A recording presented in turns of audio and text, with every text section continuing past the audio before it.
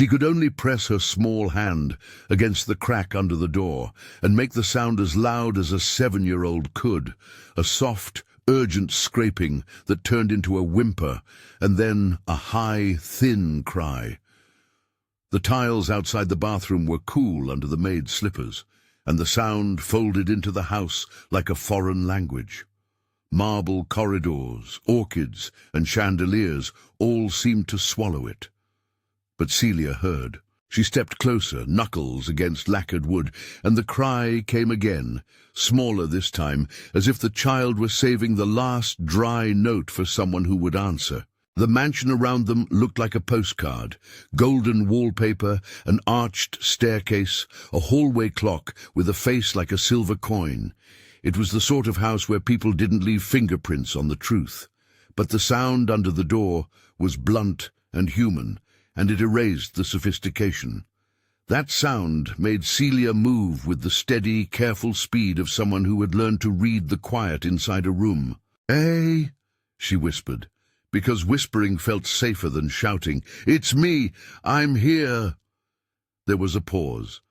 A small sleeve appeared, then a hand, then the top of a face that had not yet learned how to hide fear in the way adults do. Sophia's eyes were large and wet, and the world inside them was bigger than the bathroom and smaller than a wardrobe. Célia crouched so that their eyes met through the crack. The little girl breathed out, a sound that could have been a question or a prayer. "Are you okay?" Célia asked, and the word carried all the risks and the comfort of someone who had to carry both. "No," Sophia said, the word like a feather and a stone at once. "They put me here." The door was locked from the outside. The brass knob glinted, ceremonial, like an object of policy. That single detail, an ordinary lock in a house that had every possible luxury, made the situation immediate. Wealth could give you a room with a view. It could not, by itself, give someone the moral authority to keep another person, especially a child, behind a door. Célia did not have a badge. She had a worn apron pocket with a lint remover, and until this moment a routine. In the kitchen 3 floors below, the staff moved like a low tide, predictable and precise.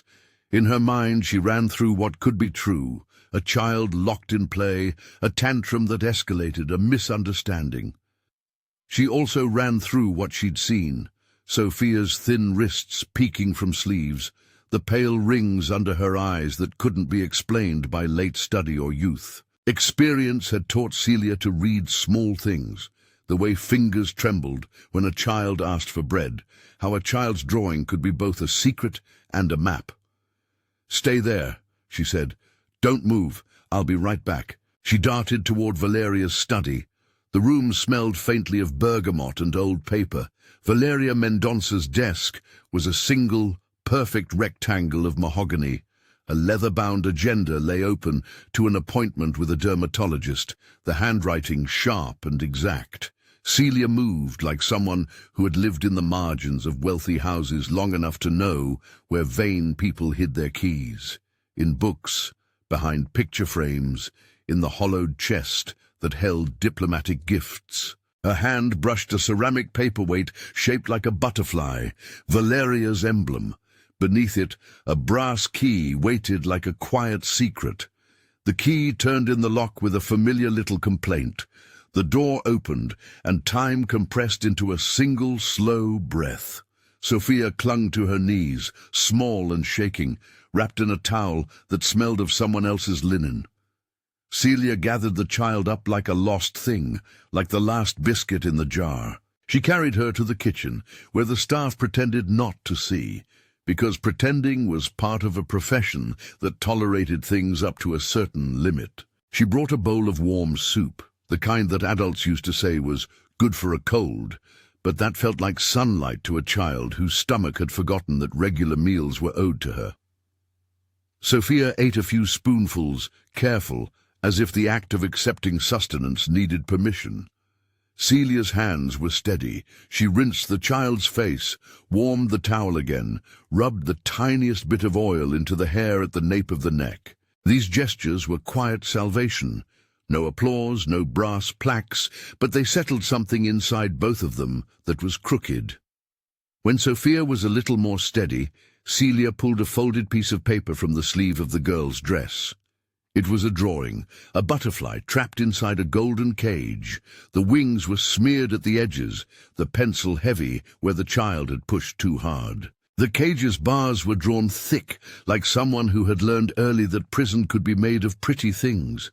A single corner of the drawing had been rubbed, as if the child had tried to erase a memory and found that erasure left stains. "I drew this at school," Sophia said, quiet. "I wanted it free." Célia looked from the drawing to the child and felt the threads tie together. The lock, the soup, the drawing. She had been a cleaner in big houses for nearly 20 years. She had watched children become ornaments or inheritances or puzzles. She had never seen one drawn like a confession. The butterfly lingered in her mind as both symbol and demand. She folded the paper and slid it into her pocket. "If you care about children's safety, hit like and stay with us. This matters." The salvage of that evening was small and precise. Célia washed Sophia's hair in a basin and braided it simply, not the intricate plaits the house expected for evening events, but tidy enough. She dressed the child in a modest spare dress from the linen closet, soft cotton, not silk, the kind a child could run in. She made a bed in the servants' quarters that smelled of lavender and her own steady hands. Sophia fell asleep like someone who had been permitted to rest after a long watch. What Célia did not do was pretend the incident had been an accident. The lock, the drawing, the way Sophia had eaten, they all sat like stones on the hearth of the house. That night, in the small hours, while the mansion's influencers and gallery guests slept, Célia took photographs with the old phone she kept for emergencies. She photographed the drawing, the towel, the cracked paint near the latch of the bathroom. She typed a short voice memo into the recorder and whispered the facts as she knew them. Date, time, small details that might otherwise seem like memories drift. By the time morning light came through the servant's window, she had a handful of files that translated the child's quiet into something that might be noticed. The staff room was a world apart. It had its own clock, its own set of rules. People in Célia's position moved through privilege with a kind of learned invisibility. Sometimes that invisibility protected them. Sometimes it caged them. She showed the drawing to José, the security guard who had worked in the house longer than most staff had been alive. José's face moved through a dozen shades. First indecision, then something like recognition. "You know how it looks," José said. "We have cameras on the corridor. I can pull the logs." Security footage in a house like this was both ledger and liturgy. It recorded the movement of shoes and the banality of daily cruelty. José worked the interface like someone who had learned to read the language of doors. At first, the footage showed nothing dramatic. A child crossing a hallway, a woman in a patterned dress guiding her with a hand at the elbow, the busy stagger of domestic staff. But then, as José scrolled through timestamps, a pattern emerged. Times when Sophia's door was bolted. Times when meals passed her door unserved. Times when Valeria's presence in living rooms coincided with a marked absence of anyone else near the child's room. Logs recorded denied entries, keycards that failed, codes that did not match the child's caregivers. The footage became less a file and more an argument. Wealth provided angles of beauty. It could not argue those angles into innocence. Célia handed the photos and the drawing and her voice memo to José. He made copies, placed them on a thumb drive, and tucked one into his jacket with the same care he would place a child's lost toy into a safe drawer. "If this goes where it must go," he said, "we'll need backups." He looked at Célia as if to measure both her courage and the shape of the risk she was taking. Word spread, but quietly. In the house, gossip behaves like a low flame, often harmless, sometimes incendiary. Tatiana, who had left employment at the mansion months earlier under a cloud of small indignities, met with Célia in a café 2 neighborhoods away.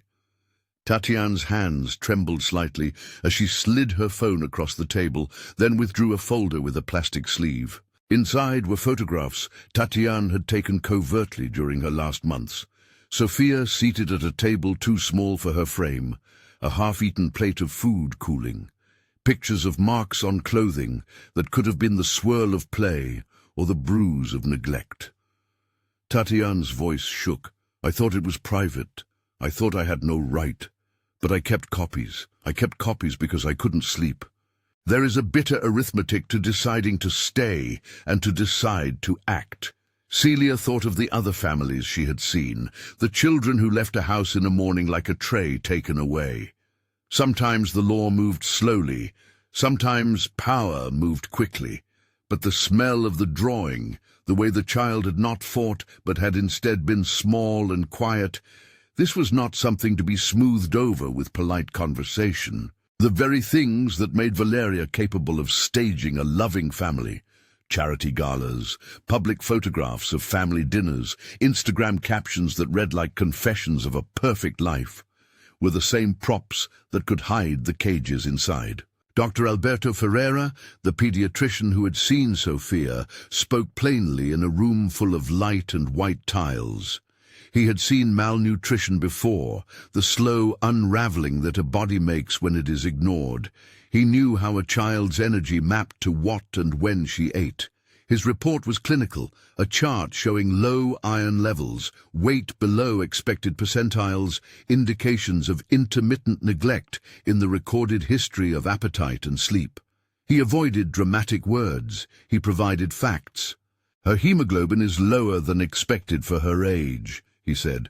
There's evidence consistent with nutritional deficiency. Those phrases read like technicalities until you translate them. A body not getting what it needs to grow. The medical records were the first pillar. The security logs and footage were the second. The third would have to be something that spoke with a voice. An admission recorded. A line that could not be painted away by carefully curated photographs. So Célia did something that felt simultaneously simple and deadly. She recorded a phone conversation. It was not a long trap, it was an opportunistic tap when Valeria called a friend and spoke with ease in the way abusers speak when they have made a space for themselves in self-importance. Valeria's voice on the recording was steady, syrupy almost, as she described a child who needed discipline and how certain measures were necessary to keep the household's reputation tidy. She spoke of controlling access, of limiting visits, and of the importance of appearance. She did not frame these statements as crimes. She framed them as choices, decisions made to preserve order.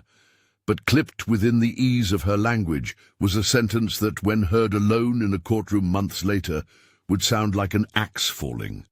A casual offhand line about making sure a child learned the boundaries of behavior. Célia saved that file as if it were a life ring. She made 2 copies, gave one to José, and hid the third inside a book with a worn spine. It is strange how small acts, pressing a record button, slipping an SD card into a pocket, suddenly feel like the most dangerous and yet the most righteous acts possible. The first formal step was simple and bureaucratic, a report to the Municipal Child Protection Agency. Marina Cavalcante, the social worker assigned to the case, arrived unannounced on a grey morning, a woman with a clipboard and a job that required her to be both gentle and unshakable. Valeria met her at the door in a dress that seemed carved from the announcements of perfect motherhood, open smile, hands clasped, an actress in the role of concern. There was perfume, and there were roses on the table. Valeria spoke of family outings, of joyous playdates, of Sophia's timidness, and how it was being worked on privately. People with power understand stagecraft. They know which gestures to perform, which anecdotes to rehearse. Still, Marina had the other kind of training.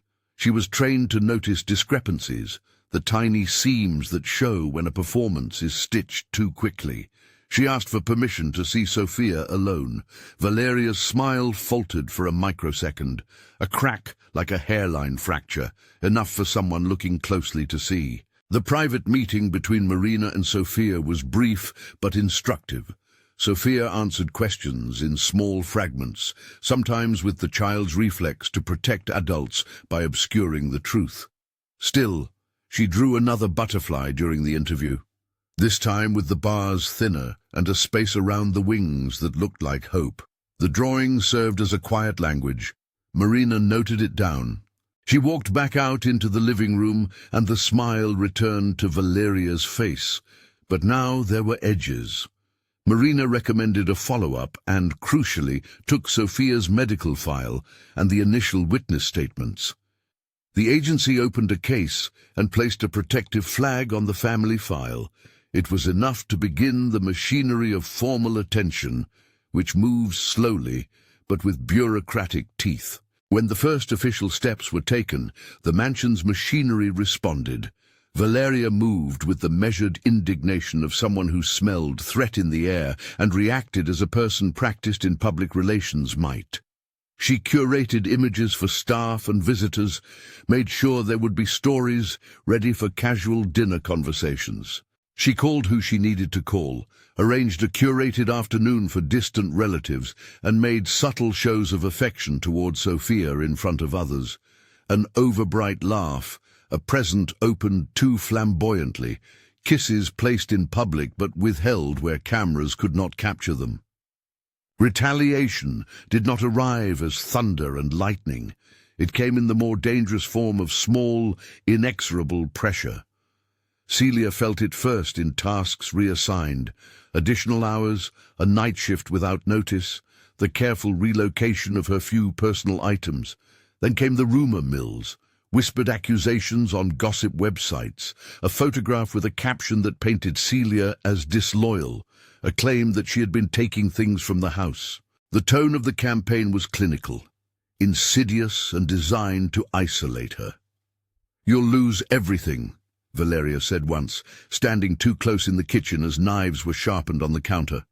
Her voice was soft but full of iron. "People like you make scenes. You should be careful who you trust." Célia thought of what losing everything meant.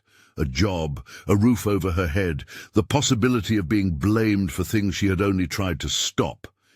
She was aware of the power imbalance in ways that she had been her whole life.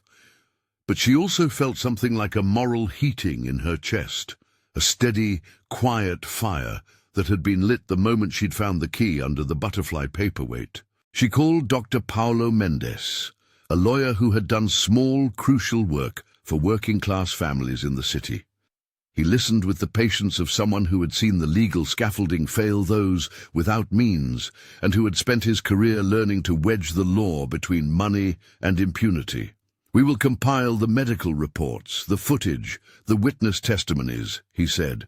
"We will make sure the files are duplicated and kept in multiple secure places. If they go after you, we use that to show motive for intimidation." Preparing evidence felt like building a bridge out of odds and small acts. Jose backed up the security files. Tatiana delivered the photos she had kept. Dr. Alberto gave a formal report. Marina organized a list of incidents. Each document on its own might be dismissed as incomplete. Together they became a pattern. The drawing, the recordings, the lab reports, the three pillars the team had discussed in the quiet spaces between urgency and fatigue, were coming together. The case's architecture began to take shape not in some dramatic crescendo, but in the accumulation of mundane truths. The day the press started asking questions, everything shifted. A tabloid had posted a soupy piece about household drama, with gossip quotes from people who claimed they had heard of disagreements. It was the kind of thing that could be washed away with a stronger public relations team. But someone at the paper had posted a cropped, flattering photo of Valeria throwing a gala. There she was, smiling, diamond earrings catching the light, and underneath, someone had noted that a staff member had been dismissed under mysterious circumstances. The innuendo did its work. Celia's dismissal was a tidy scene of bureaucratic cruelty. The house manager cited restructuring. Her pay was ended. The legal team had anticipated this possibility. Dr. Paolo had arranged a temporary injunction to prevent sudden dismissal in some cases, but not every scenario had legal cover. Célia was given a single suitcase and a small sum for transit. She left with the butterfly drawing folded into her apron, a relic of the night that had changed everything. She left, but she did not disappear. Being fired was a risk, so was staying.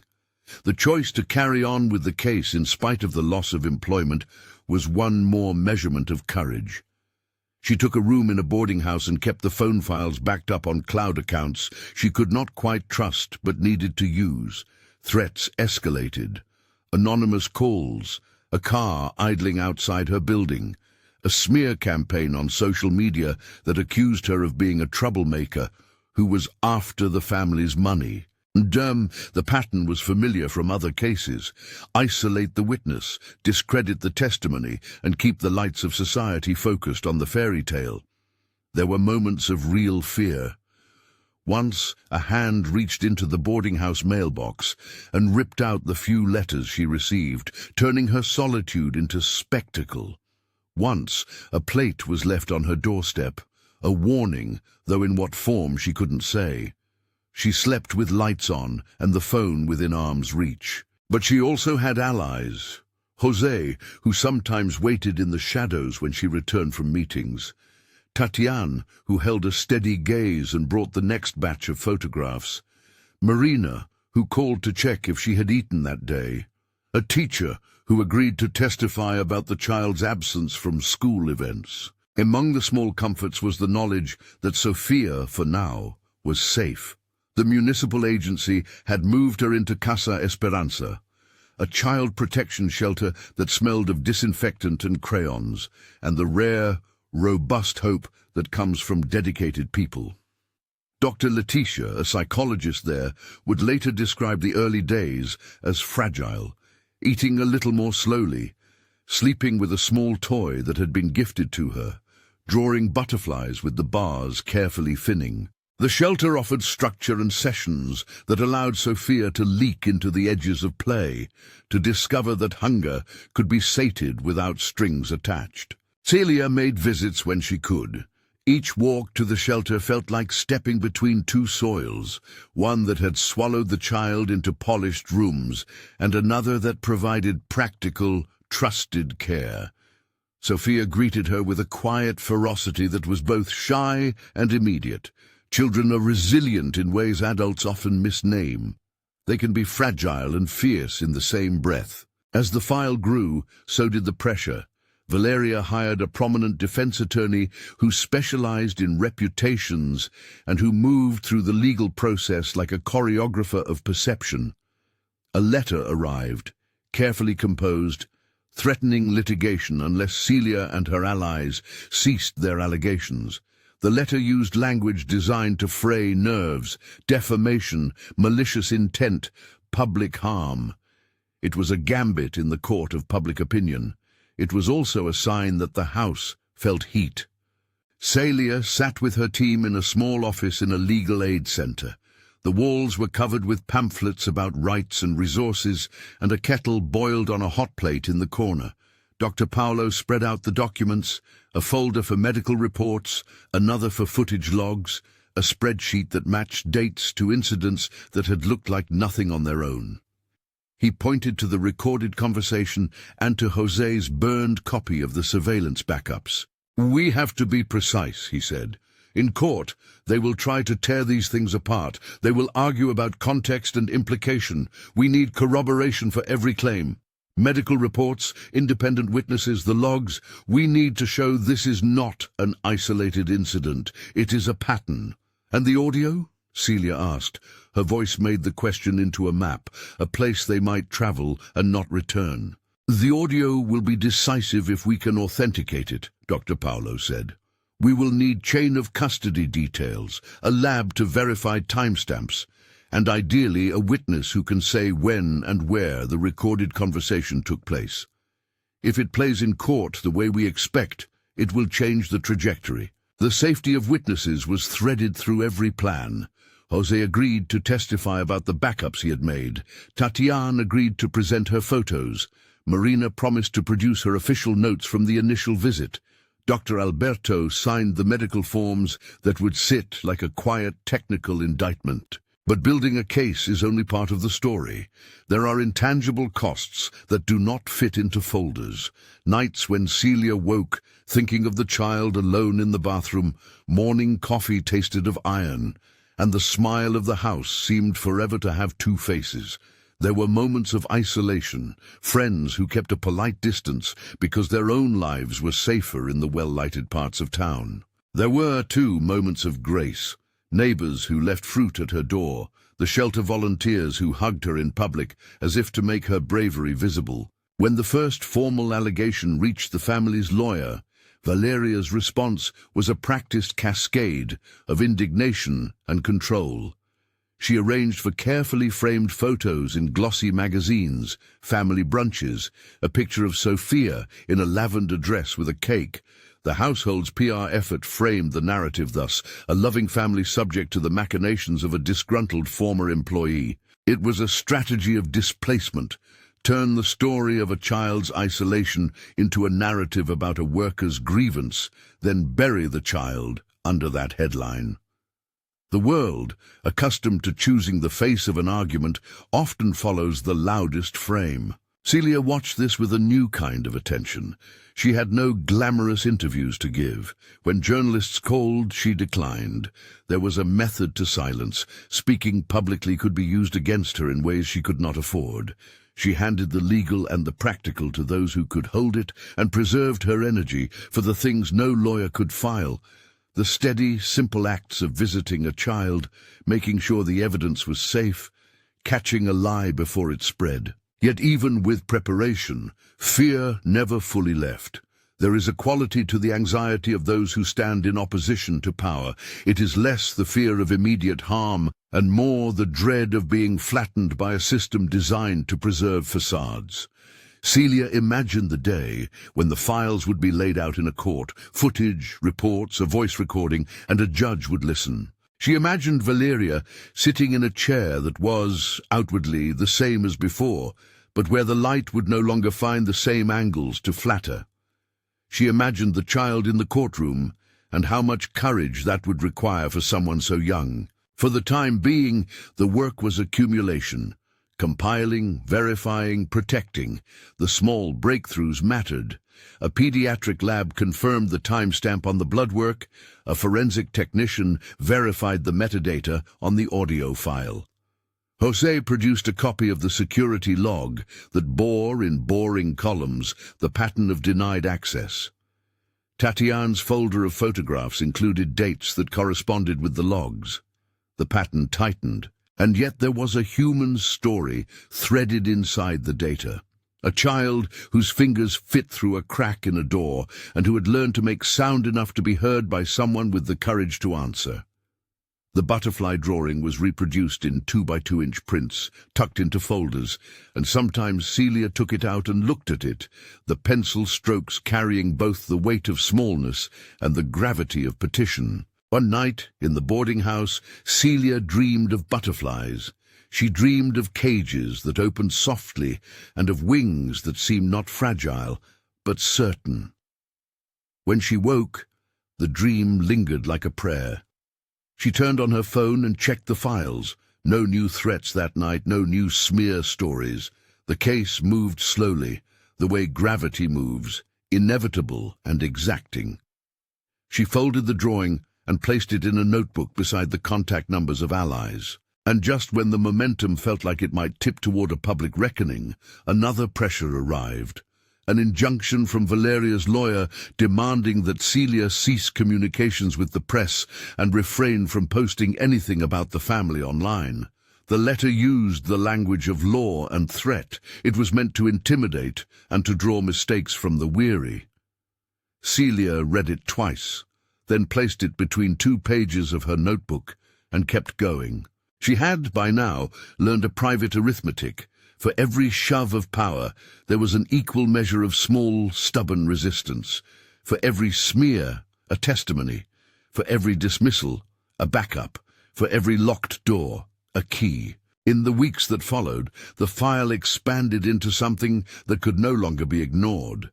A judge authorized temporary protective measures for Sophia and ordered an initial hearing. The judge's brief decision was neutral in tone, but heavy in effect. The child was to remain in protective care pending investigation. The house, whose public image had been polished for decades, had cracks that would not be filled with lacquer. The next steps required more courage than any paperwork could muster.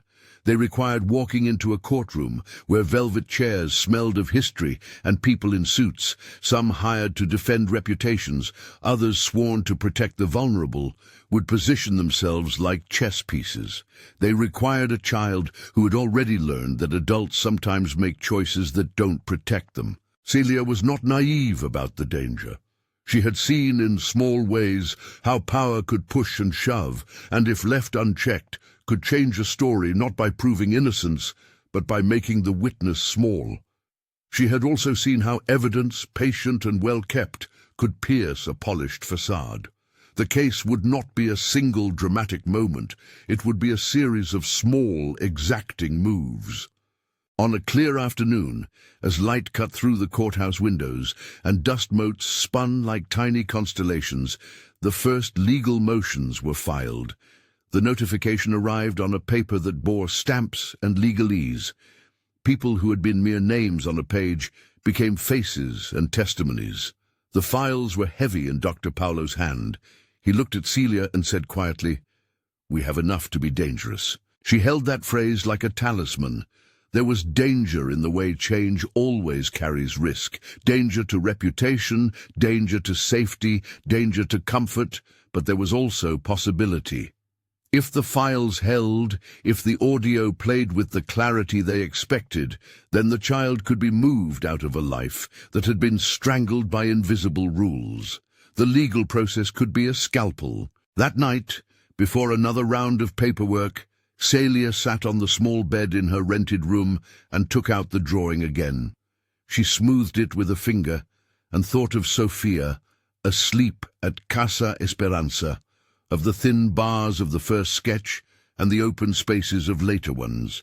She thought of the way a child learns language and how sometimes the first words that save us are not dramatic but simple. "I'm here, I'll be right back." She breathed, and in the breath there was a steadying that felt in its own way like prayer. The next morning, the first real salvo from the other side arrived. Valeria's team requested that the security footage copies be turned over to them. They accused the team of tampering with evidence. The accusation was a standard move: question the chain of custody, demand originals, cast doubt. Dr. Paulo answered with the record of every step, the backups, the timestamps, the signed attestations. He asked José to sign an affidavit. Tatiana walked into the legal center with her folder, hands steady, eyes set on the single truth she had witnessed. The accumulation of physical documents and human testimony was now the basis of the story that might be told in open court. And behind all the acting and the filing, behind the legalese and the PR, the central fact remained simple and terrible. A child had been locked in a bathroom. The house's marbled halls and glittering chandeliers had not prevented that. Those things, instead of protecting the child, had provided a stage where cruelty could be disguised as discipline. Célia would later say that the moment she pressed record on her phone, she felt as if she had crossed a line into a new life. It was not an act of heroism in the mythic sense. There had been no dramatic climb, no sword raised toward a dragon. It was an act of choices, small, sustained, measured choices that piled up into resistance. It was the choice to translate a child's quiet cry into something that could be seen, touched, and used in the slow machinery of justice. The next phase would demand more: court hearings, expert testimony, public scrutiny. But for now, in the quiet evenings between meetings, Célia visited Sophia, brought stories and soup, and watched the child's fingers trace the outline of imaginary wings. The butterfly motif kept showing up in little ways. A brooch Sophia liked at Casa Esperanza, a mural painted on a shelter wall, a flutter of paper wings people made for her in art therapy. Each symbol was a small victory, a reminder that freedom could be gradual.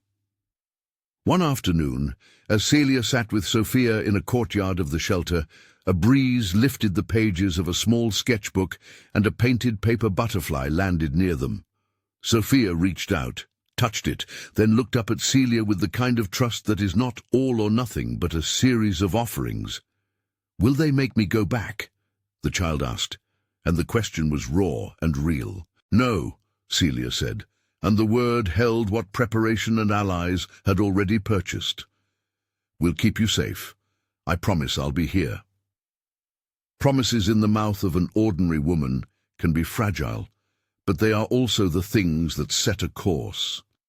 That night, Célia wrote down every contact, every file, every person who had offered help.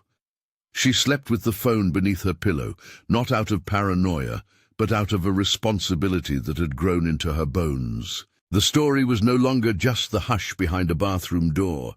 It had begun to outgrow the house that had concealed it, and to gather people who would not let it be minimized. It was becoming not just a tale of a single child, but a confrontation between carefully lit image and messy human truth. And yet the most dangerous moments were often the ones where everything looked normal. Valeria would still host dinners. Rodrigo Mendonça, the father, would still sign public letters about family values from his companies. The world has a way of accepting the image if you feed it enough light. The work Célia and her allies were doing was to become that other kind of light, one that exposed the shadows rather than smoothing them over. There were nights when the fear and the fatigue threatened to drown out the sense of gains. The smear campaigns continued. Small threats came like bruises on the skin of hope, but there were also victories that came like sunlight through storm clouds. A forensic lab confirming the audio's timestamp, a teacher willing to testify about missed lunches and withdrawn behavior, a judge who recognized the precautionary need for protective custody. The path forward was not certain. Courtrooms were places of argument and nuance. Even the strongest evidence could be reframed. But for the first time since she had first heard Sophia's cry through the thin door, Célia felt the pressure under her feet change from shifting sand to something like solid ground. The evidence she had assembled, the allies she had found, and the child who had learned to draw thinner bars were all parts of a momentum that could not be reversed by noise alone. On yet another morning, the kind with a sky so clear it looked like paper, an envelope arrived at the legal center. It contained a court date. The notice sat like a hinge. One motion, one argument, the playing of a certain audio file. The piece that would become the fulcrum of everything, the recorded conversation, would, at last, be subject to public hearing. Célia folded the envelope, pressed it to her chest, and exhaled. The butterfly drawing was in her pocket. She imagined the wings opening, not all at once, but in a careful, deliberate rise. There would be fear. There would be danger. There would also be the possibility that a child's small cry, once translated into evidence and testimony, could change the shape of a life. She caught herself humming an old song as she left the legal aid center, a tiny thing that made her feel both ridiculous and human. She had no illusions about the road ahead. She only knew the path she had chosen to walk. The doorways of power have many locks. She had found one of the doorways of power have many locks. She had found one of the smallest, a brass thing hidden under an ornament, but that key had opened more than a bathroom. It had begun to open the ledger of a private life. Now the court date hung like a thin sheet between the past and whatever would come after. It was a place where evidence, not image, would have the final word. On the morning of the hearing, the air outside the courthouse felt like an animal, that is, alive and unpredictable. Reporters clustered with their notebooks and polite, expectant faces. The Mendonça name had pulled a gravity that media could not resist. Célia kept her distance from the throng, arriving early with Dr. Paulo and José. They moved through the building corridors like small constellations of intent. A caretaker, a lawyer, a man who had guarded a house for decades and now guarded digital files. Inside the courtroom the air was more measured. The judge's bench rose like a small island. Portraits of past jurists looked down in oil and severity. Valeria arrived in a carefully tailored suit, an expression trained to be nothing more than patient indignation.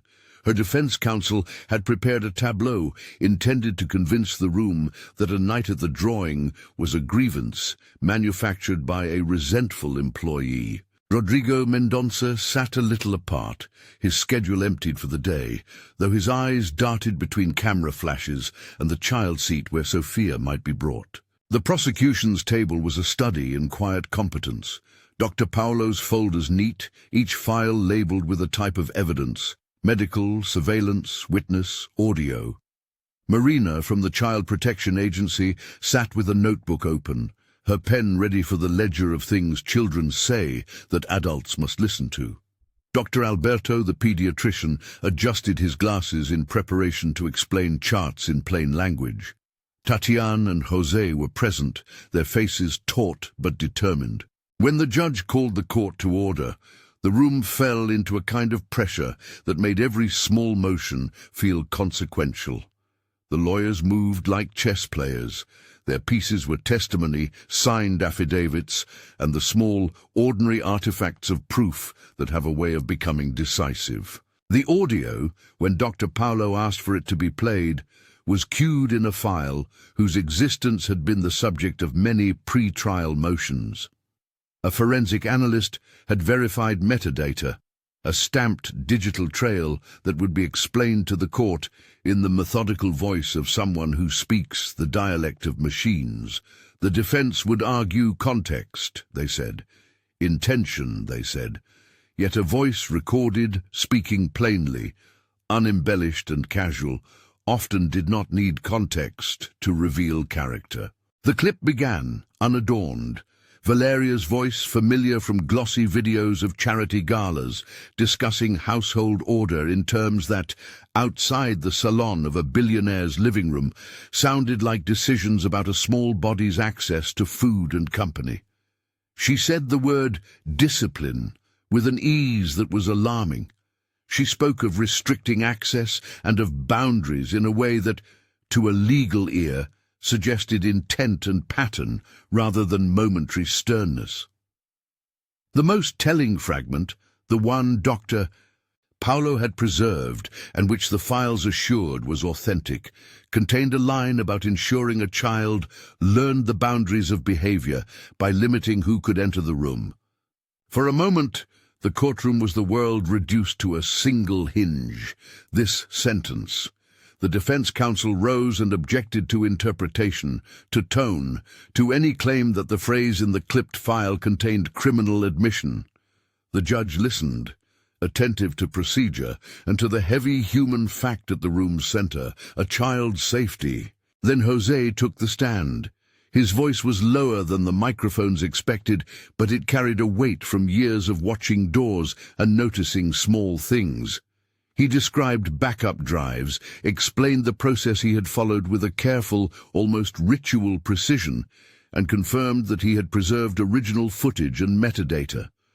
Tatiana described photographs she had kept when she left the household, the half-eaten meals, the small marks on clothing that, in context, suggested neglect. Dr. Alberto explained the implications of the lab results in plain, human terms. Low iron, delayed weight gain, patterns that matched intermittent neglect rather than a single lapse. Each witness, each file, placed another stone on the bridge from doubt to accountability. The judge asked questions not to perform but to understand. How were timestamps validated? Who had custody of the original files? Could any of the items be explained as accidental? Each time a defense attempt to reframe the evidence appeared, there was a counter, an affidavit, an expert, a photograph. that narrowed the possible narratives until only the most plausible remained. At one point, Valeria took the stand. She was composed at first, her words measured, her posture unyielding. She painted herself as a woman under attack, a busy mother, a hostess, a steward of social obligations who would never intentionally harm a child. She smiled in the way that had once charmed magazine photographers. But the courtroom has a calibrating light. Small mismatches appear, an evasion of a memory, a detail that does not line up with a timestamp, a scheduled appointment that contradicted her account. The prosecution played longer segments of the audio. The room listened as the voice that had once given speeches about propriety spoke matter-of-factly about controlling a child's movements and access. The tape had no dramatic sound effects. There was no raised voice, no melodrama, just the banal, everyday tone of someone confident that the rules of the house were hers to make. That banality, the prosecutor argued, was precisely the point. It revealed intent, dressed as common sense. For a brief, almost unbearable moment, Valeria's composure cracked. It happened in the small acts of inconsistency, a hesitation, a diverted glance, a phrase left unfinished that made the defense scramble. The air tightened. Inside, spectators shifted. Families in the gallery pressed closer to their programs. Outside, where the press busied itself with the spectacle of scandal, the substance of the case moved like a tide beneath. The judge's ruling at the hearing was careful in language, but decisive in effect. He authorized the continuation of protective measures, formalized custody with Casa Esperanza pending further proceedings, and ordered deeper criminal inquiries into the alleged neglect and psychological abuse. He noted the strength of the three pillars of evidence, medical, surveillance, and the audio tape, and found, for the temporary order, that sufficient risk existed to justify immediate protective steps for the child. It was not the end of a case. It was an important hinge toward accountability. There were moments of small, private triumph after the hearing. Dr. Paulo, who had grown both grey and composed through months of preparation, squeezed Celia's hand in the hall outside the courtroom. "We're not done," he said, "but this was needed." José allowed himself a small, rare smile. Tatiana exhaled so loudly that the air itself seemed to move. But the legal process carried on toward deeper hearings, and with it the pressures returned. Valeria's defense continued to leverage what they could: public sympathy, hints of a worker's grievance, and the team responded with documents and meticulous testimony. There were moments of fear, small and sharp. Célia received a late-night call threatening more than words. An empty envelope on her doorstep reminded her of the cost. But each attempt to frighten her also revealed how much had been put at stake. The house's veneer, a public image built over years, now showed cracks big enough for light to come through. As the proceedings advanced, Rodrigo Mendonça's role shifted. At first, his public statements were cool and removed. Statements about privacy, statements that suggested a family's right to manage internal matters. But the evidence's gravity and the public intensity of the case forced a different confrontation. He attended a hearing, not as a silent observer, but with an expression that suggested someone beginning to understand a reality that reputation had previously allowed him to avoid. After one particularly long session, he asked to speak with Marina and Dr. Alberto privately. The conversation was not recorded for the record, but those present described a man visibly unsettled, asking questions about what the child had endured and what could be done to repair it. There was remorse, halting and human, an admission that his life had, in the elegy of wealth, allowed him to be absent when presence was required. He stepped into the edges of responsibility in ways that were both belated and necessary, participating in therapy visits, agreeing to DNA-verified parenting classes, and eventually stating in court that he would support the child's continued placement in protective care while legal steps took place. That the father moved from distance to contrition did not alter the central necessity that a safe and nurturing permanent arrangement be found. The judge, guided by social workers and the child's psychological team, sought what would serve Sophia's long-term interest. Elena Mendonça, Rodrigo's sister, appeared early in the case as a figure of possibility. Separate from the household's immediate control, she had a modest life, a work history that suggested stability and a willingness to step forward. She visited Casa Esperanza several times. Her patience and small gestures, a gentle voice, a steady presence at art therapy exhibitions, built a quiet case for guardianship that was not about replacing one set of adults with another, but about giving Sophia a consistent adult who would advocate for her. The courtroom drama had a necessary but painful moment, the physical separation.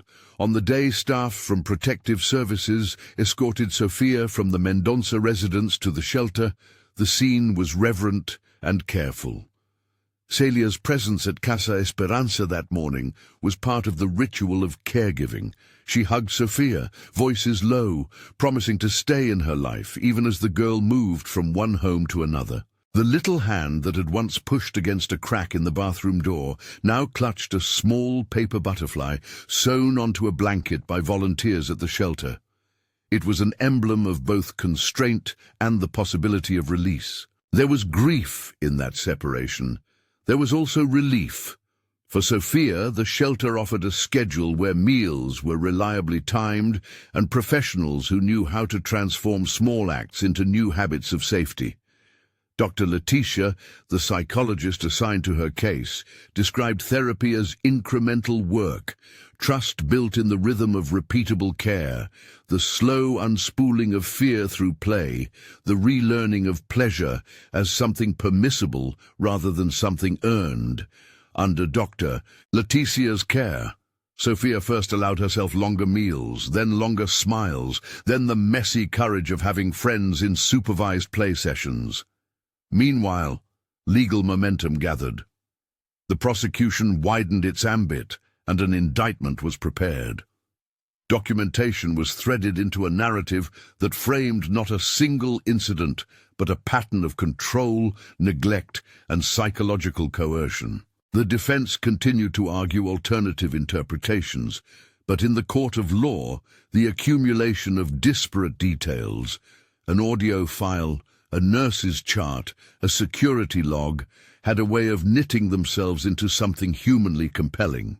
When the day of the decisive hearing arrived, a day slated for the public playback of the audio in full and for the presentation of the consolidated evidence, the courtroom was fuller than before.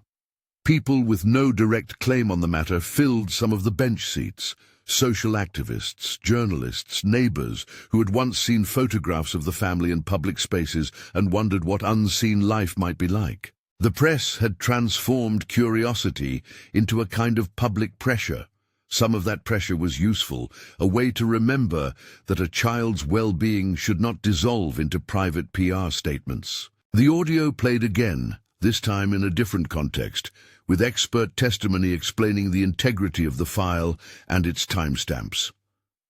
The prosecution's approach was patient and exacting. They placed the audio within a tapestry, a drawing of a butterfly with bars circled in pencil, a lab result showing anemia, a photo of an uneaten plate. Each element was a node that pointed toward the same structural fact: deliberate control. Watching Valeria as the evidence accumulated was watching a performance dissolve. Her public self, calculated poise, practiced warmth, was ill-suited to an exercise in forensic truth.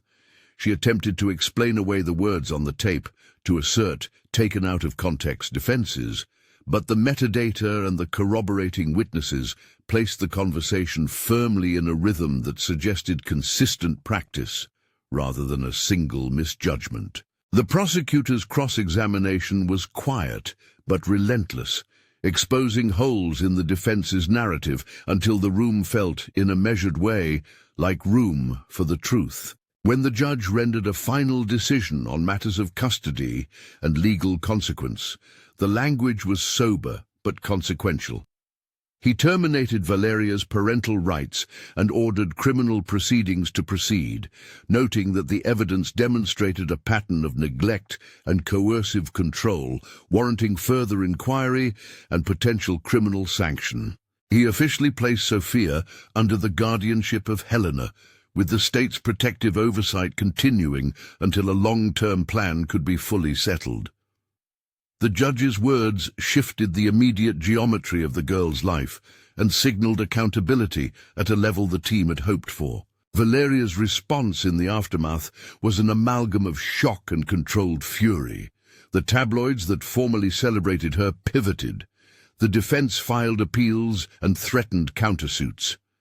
Public opinion fractured along predictable lines, some defending the privacy of family life, others demanding that the wealthy be held to the same, if not higher, standards. For Célia, the ruling was both vindication and the end of a phase of work. The legal machinery had recognized the pattern they documented. The real work, the healing, the daily acts that would reconstruct a safe life for Sophia, would take years. Within weeks, a criminal investigation led to formal charges against Valeria related to psychological abuse and neglect. The case moved forward through the criminal courts with the same careful aggregation of evidence. Through it all, the protective structures ensured Sophia's physical well-being. Medical follow-ups, educational assessments, and therapy sessions that addressed the trauma's most immediate edges. Dr. Leticia watched small markers of progress. The way Sophia placed a paper butterfly on the table in therapy, her willingness to answer simple questions about school, a self-directed drawing where the butterfly's bars were barely visible. Rodrigo's public contrition deepened.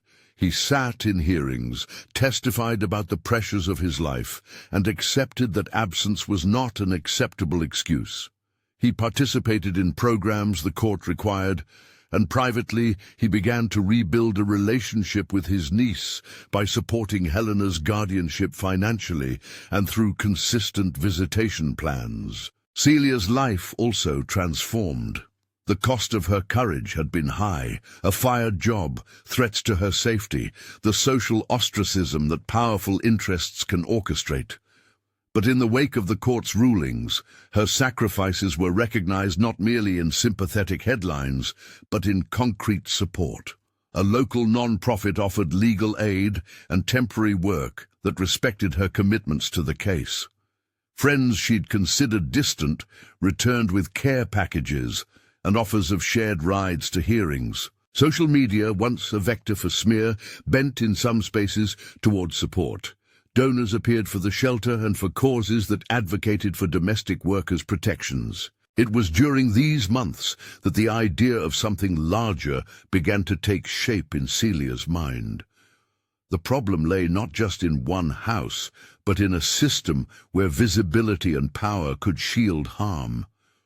She spoke often with Marina and Dr. Leticia about preventative measures, training for household staff to recognize signs of abuse, legal protections for whistleblowers, and mandated checks by independent child protection officers in households with private hires. They sketched in practical terms what an organization that trained and supported domestic workers might look like: legal aid, emergency housing, a hotline tailored to the industry's patterns, and education programs that would help workers document and report concerns safely. From that kernel of an idea came wings. With the modest seed money donated by private benefactors, moved by the case, and the institutional goodwill of a few NGOs, Célia helped found an organization that began simply: a hotline for domestic workers, a legal fund to defend whistleblowers, and a network of shelters that partnered with child protection agencies. They named it in the private joys of the people who had fought for the child, a name that honored small bravery and a desire for a broader safety net. The organization focused on practical training, how to document incidents without risking safety, when and how to contact authorities, and how to create backups of evidence. It also lobbied for systemic changes, clearer protocols for child protection agencies when dealing with private residences and legal safeguards that protected workers who came forward. The creation of that NGO, born of necessity and of a small woman's steady insistence, had ripple effects. It seeded similar initiatives in other cities. Lawmakers began to propose reforms aimed at better training for social workers dealing with private households and increased funding for shelters that specialized in complex family dynamics. The conversation in newspapers shifted, if only slightly, from celebrity gossip to structural problems. How wealth can conceal neglect, how labor hierarchies make speaking out costly, and how the law must be accessible to those without means. Célia did not fancy herself a founder. She saw herself as someone who had answered a cry and then refused to let that answer be extinguished. Yet her name became associated with advocacy and with a certain moral clarity and quiet courage. She accepted invitations to speak at small forums, not to bask in recognition, but to insist that other people not have to stumble into courage by accident. She emphasized practical steps, how to recognize a pattern of neglect, how to secure evidence, how to find allies inside municipal systems, and she always insisted that asking for help was neither shameful nor reckless. Sophia's path was neither linear nor dramatic. Recovery, as Dr. Letitia had explained, looked like the cumulative effect of small, consistent interventions. A reliable bedtime, carefully supervised social interactions, school reintegration with teachers aware of triggers, and establishing routines where food, play, and rest were guaranteed. In art therapy, Sophia's drawings gradually changed. The butterfly returned, but in later sketches it flew across open fields. The bars were gone. In photographs taken years later for a shelter gala, a slightly older Sophia smiled in a park, hair braided in a simple way, a paper butterfly pinned to her shirt by volunteers who had watched her progress. Helena, who had been legally appointed guardian, offered a version of steady kinship that looked less like a savior narrative and more like simple reliability. She provided a home that smelled of bread and books, where rules were explained but not used as a weapon, where meals were shared without calculation. She and Rodrigo negotiated boundaries that kept the child's best interest first. The father's involvement became a pattern of attendance rather than sporadic performative visits. Years later, when the criminal case concluded with a sentence against Valeria, an outcome that had been both sought and feared, the public reaction was mixed, but the child's safety and the protections now surrounding her were clear. The court's sentence did not erase past harm. It acknowledged it and placed consequences in the orbit of accountability. Célia watched the process with the ambivalence of someone who knew that legal outcomes are never full restorative justice. Still, she felt the relief of a civic system responding, imperfectly but with effect. The NGO anchored Célia in a new life. She continued to visit Casa Esperanza in an honorary role, and sometimes she brought soup she had learned to make in larger pots to share during fundraisers. The organization set up scholarships, emergency funds, and a small legal clinic that trained domestic workers on their rights and how to document concerns safely. It also established a modest memorial scholarship in Sophia's name at a local social work training center, an investment in the next generation of people who would respond when a child whispered through a crack. Sophia's adolescence arrived, complicated but steady. She stayed connected to Célia in the way of chosen family, phone calls with little updates, visits where they walked through gardens, and art projects where they made paper butterflies and pinned them to coats on cold days. Célia taught her how to cook a simple soup. Sophia taught Célia to tie a braid. Their relationship pivoted on shared survival and shared repair. Two people who had been part of a rescue, now learning to build ordinary joys. At a public ceremony a few years later, the NGO unveiled a mural painted by children in the shelter, a blue sky filled with butterflies, each one unique. The artwork was a small public promise, wings, motion, and an acknowledgement that visibility matters.